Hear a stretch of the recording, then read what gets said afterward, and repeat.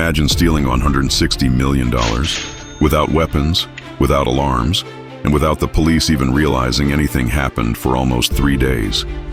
This is the true story of the biggest cash heist in human history. The Banco Central burglary of Fortaleza, Brazil. A heist so perfect, so detailed, and so bold that investigators still call it a masterpiece of criminal engineering.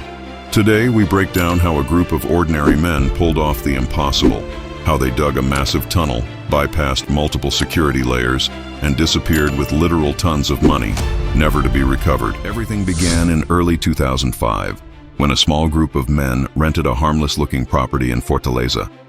To the neighbors, it looked like a landscaping company. They installed a sign outside, delivered plants, and even sold gardening supplies. But behind that fake business, a secret operation was underway. The target sat 2 blocks away, the Banco Central branch. A building protected with steel walls, security cameras, motion detectors, and armed guards. Breaking in through the front door was impossible, so the gang looked underground. What they planned next sounded like something from a Hollywood script. Dig a tunnel, from the rented house, all the way under the bank's vault. The distance? Over 75 meters, the length of almost a football field. The soil under the city was hard, compact, and dangerous. One mistake could collapse the entire tunnel. But the gang brought in experts, real engineers, electricians, and workers who knew how to dig without being detected. They installed electric lights, a ventilation system, wooden support beams, a pulley system to remove sand. For 3 months, they dug quietly every night. Neighbors heard nothing, police suspected nothing, and the bank, completely unaware of the threat moving toward its vault from below. By August 2005, the tunnel finally reached its destination, directly under the vault floor. The vault had thick reinforced concrete, but the thieves knew exactly where to break through. They had studied blueprints, planned angles, and even purchased professional tools. One quiet weekend, they drilled a perfect square through the floor.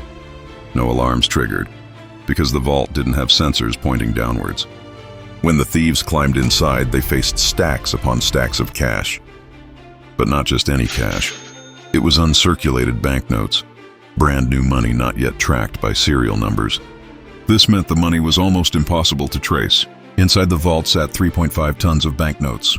The thieves worked through the night, loading millions into bags, dragging them into the tunnel, and moving them back to the house.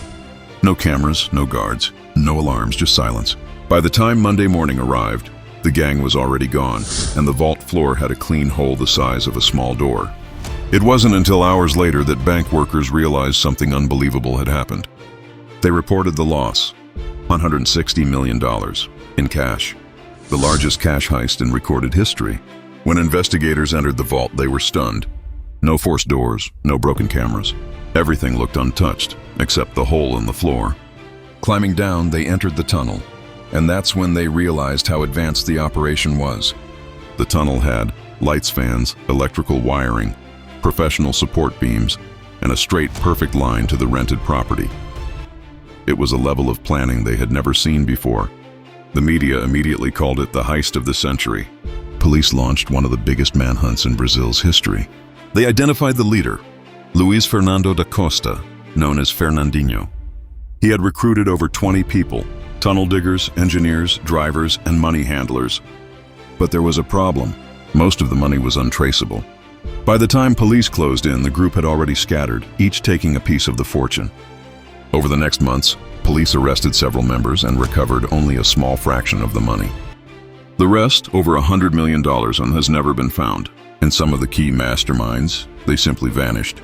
To this day, investigators still can't agree on how the gang planned everything so precisely.